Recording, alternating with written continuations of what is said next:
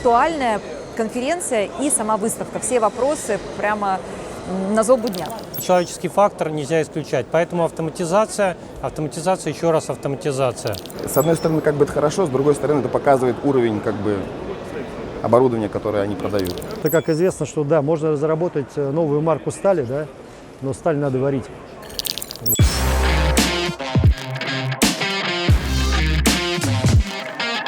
Выставка «Нева» сегодня, в этом году, она более компактная, чем обычно. Мы ежегодно в ней принимаем участие, но от этого она не менее интересная, чем всегда. Может быть, даже более. У нас очень живое общение всегда на стенде. Сегодня очень много гостей. И мы здесь увидели как своих существующих партнеров, так и новых потенциальных заказчиков. Плюс прошла очень интересная конференция, точнее, она прямо сейчас еще идет, первая часть ее закончилась, где очень острые дебаты стояли, связанные с локализацией, импортозамещением, индустрией 4.0, цифровизацией, проблемами с этим связанными. То есть очень актуальная конференция и сама выставка. Все вопросы прямо на злобу дня. Конференция сегодня посвящена, инновационным сварочным технологиям. Соответственно, я держу в руках программу. Интереснейший сейчас был доклад Петроченко. Алексея – это главный сварщик Октябрьского завода из Благовещенска. Собственно, он был посвящен цифровизации 4.0, соответственно, и опыт внедрения технологии, соответственно, цифровизации производства. Категорически обязательно было к посещению, потому что, собственно, именно эти технологии, да, они будут, соответственно, управлять нашим будущим. В рамках данной выставки прошла конференция по сварочным технологиям и сварочному оборудованию. Честно говоря, я часто участвую в подобных конференциях. Наша компания участвует в выставках порядка 4-5 раз в год. Везде устраивают подобные конференции. И мне понравился уровень и организация этой конференции, и сам уровень докладов. Потому что последняя конференция, на которой я участвовал, это была на металлообработке в Москве. Там, честно говоря, был слабенький уровень докладов, и слабенький уровень организации, и присутствие было маленькое. Здесь было много народу, и были доклады. Особенно мне понравились доклады от Политехнического университета, профессор Паршин. Хочу отметить отдельно, да, доклад Института Прометей мне очень понравился. Еще я сделал вывод, что, в принципе, мы как производители сварочных материалов, да, должны больше, наверное, иметь контакт, общение с предприятиями, с организациями, которые занимаются разработкой новых видов конструкционных материалов, стали. Потому что, как известно, что да, можно разработать новую марку стали, да, но сталь надо варить. Если нету комплекта сварочных материалов для этой стали, то получается так, что марка стали есть, но она бесполезна. В промышленности она не воспринимается. Вот такой вывод я сделал для себя. Я буду говорить, наверное, о той проблеме, которую я вижу на сегодняшний момент, поскольку из всех практически средств массовой информации идет речь о том, что надо нам приходить в индустрию 4.0, в четвертую промышленную революцию и внедрять эти инструменты, это облачные технологии, система управления сварочным производством и так далее. И я этой темой занимаюсь 10 лет, она меня больше всего волнует, и я вижу, что у нас есть проблемы, связанные с мышлением. Нам очень сложно переходить ко всему новому в такой консервативной отрасли, как сварка. Поэтому здесь большая работа должна проходить с людьми, должны этими вопросами заниматься молодые ребята, для которых слово «интернет вещей» это не что-то там особенное, которые в этом разбираются. И они должны привлекаться к решению этих проблем. А пока не так много молодых специалистов на предприятиях допускаются к таким важным задачам и к тестированию, опробованию таких продуктов. Более консервативное и более возрастное поколение, им сложно. Они действительно часто боятся нового, боятся как-то быть не в теме. И исходя из этого мы встречаем такое серьезное сопротивление повсеместно. Поэтому мы видим, что идет там вперед, где занимается этими вопросами такая молодая, продвинутая команда. Поэтому наверное, у меня пожелание к тем, кто занимается вопросами цифровизации и трансформации сварочного производства, индустрии 4.0, не боятся делать это, но привлекать к тестированию, внедрению таких решений молодое поколение, они продвинутые, они знают больше нас.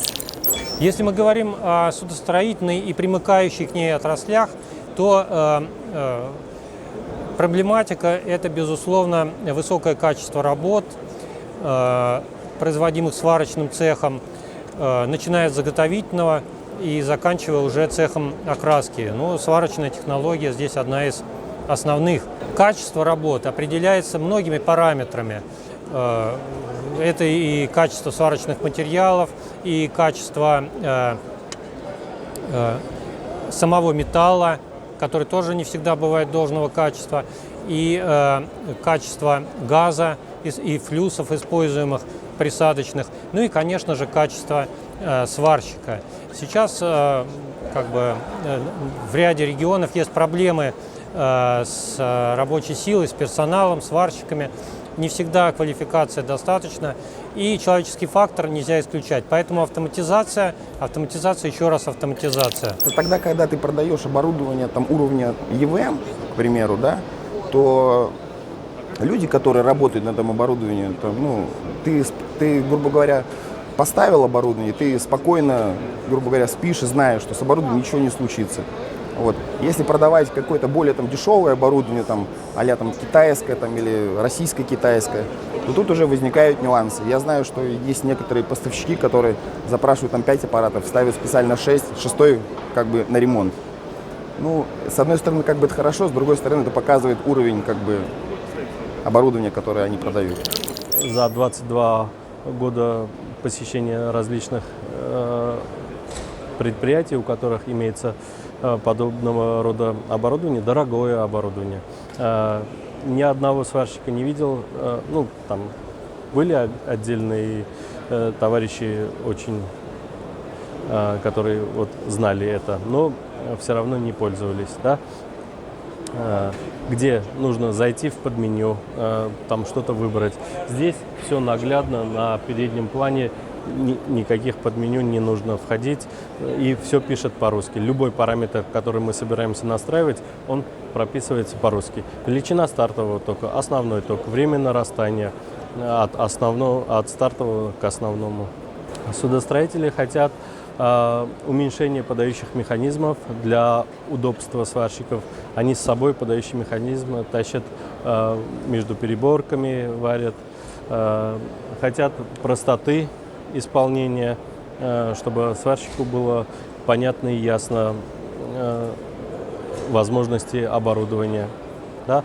Хотят экономии энергии, то есть чтобы оборудование не потребляло большое количество энергии.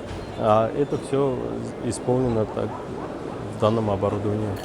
Кораблестроительные предприятия хотят от поставщиков, естественно, в первую очередь качество, потому что любой корабль подлежит строжайшей приемке по качеству. И, естественно, эксплуатация его на длительный срок гарантирует этому предприятию в дальнейшем заказы, то есть работу и развитие.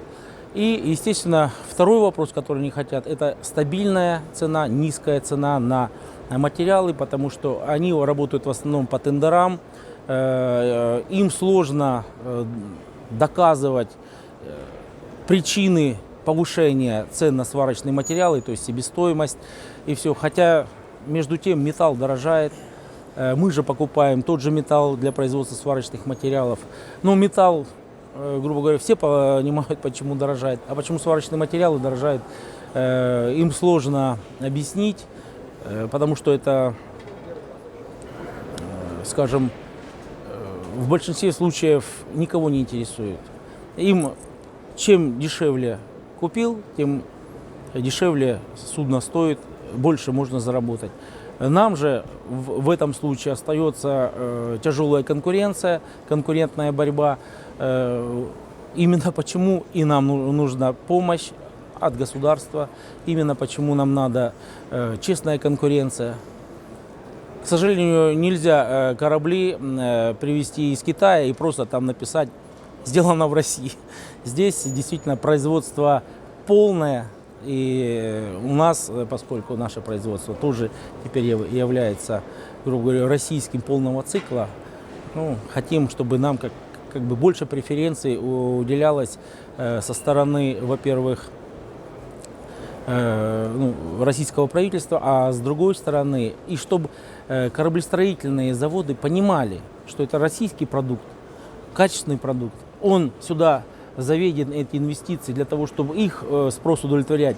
И не в плохом материале, а именно в качественном. И те заводы, которые с нами работают, я уверен, они могут подтвердить наше высокое качество продукции уже и рекомендовать, ну, возможно, другим компаниям, судостроительным, судоремонтным заводам работать с компанией Magma-Weld. По поводу материалов, ну, как сказать, больших-то проблем, чтобы произвести, наверное, нету. Понятно, что это требует времени, денег, сил и желания. Мы шли к производству, к открытию производства данной порошковой проволоки, то, что я презентовал на выставке, порядка 10 лет.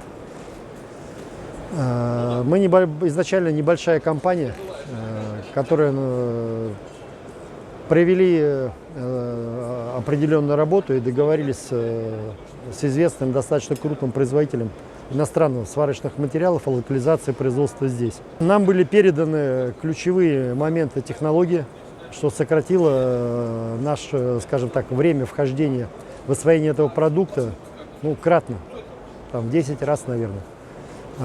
Вот в настоящее время, зная вообще в тонкостях производства сварочной порошковой проволоки, я могу сказать так, что та компания российская, которая будет разрабатывать, внедрять в производство сварочной проволоки, должна потратить не меньше 3-5 лет для того, чтобы выйти на тот уровень производства, который есть у нас сейчас.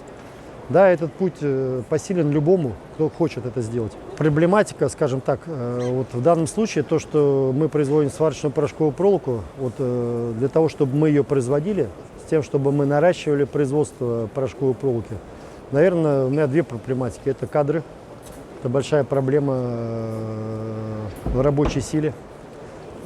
Вторая проблема – это наша российская действительность, у нас большие затраты на все. Стоимость электроэнергии большая, вот, налоги на заработную плату очень большие. Вот, не совсем, скажем так, правильная система закупок, которые производятся у строительных заводов. То густо, то пусто. Я не могу рассчитать, как скажем, равномерность производства. Если мы производим 50 тонн проволоки в месяц, да, то получается так, что нашим заказчикам либо нужно все вчера, там, да, либо 2 месяца не нужно ничего. И очень трудно в этом плане, я их понимаю, да, но я рассматриваю все это со своей стороны, там, да, и очень трудно в этом плане, скажем так, организовать график производства, общий менеджмент предприятия. А так больших проблем нету, все в России у нас есть. Если кто-то скажет, что нет какого-то сырья, нет каких-то материалов, нет каких-то комплектующих, 90% все, что мы применяем, все российское.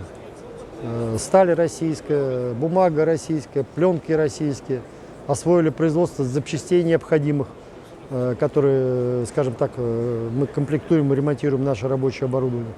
Варежки, все абсолютно российское. Судостроительные компании сейчас чаще всего хотят, в принципе, того же, чего и хочет всегда рынок. Они хотят качества за наименьшие деньги. Не всегда это возможно, потому что, сами знаем, особенно в последнее время цены растут, инфляция поднимается, но конкуренция вынуждает нас оптимизировать процессы. Поэтому, естественно, есть две позиции. Кто-то говорит, что нам нужно высокотехнологичное оборудование, тем самым мы сможем нанимать на работу, потому что всем известно сейчас, что большая проблема с кадрами в стране, да? С теми же сварщиками. Поэтому есть такое мнение, что если мы покупаем высокотехнологичное оборудование, то нам можно будет нанимать низкоквалифицированных сварщиков. Ну, то есть, грубо говоря, машина сделает все за человека. Есть другое мнение, что все-таки машина должна быть более простой, потому что тогда она будет неубиваемой. Потому что все-таки судостроительные верфи — это такие тяжелые условия эксплуатации оборудования, но тогда и нужна квалификация персонала выше. Поэтому вот мы живем в двух параллельных мирах в зависимости от предприятия.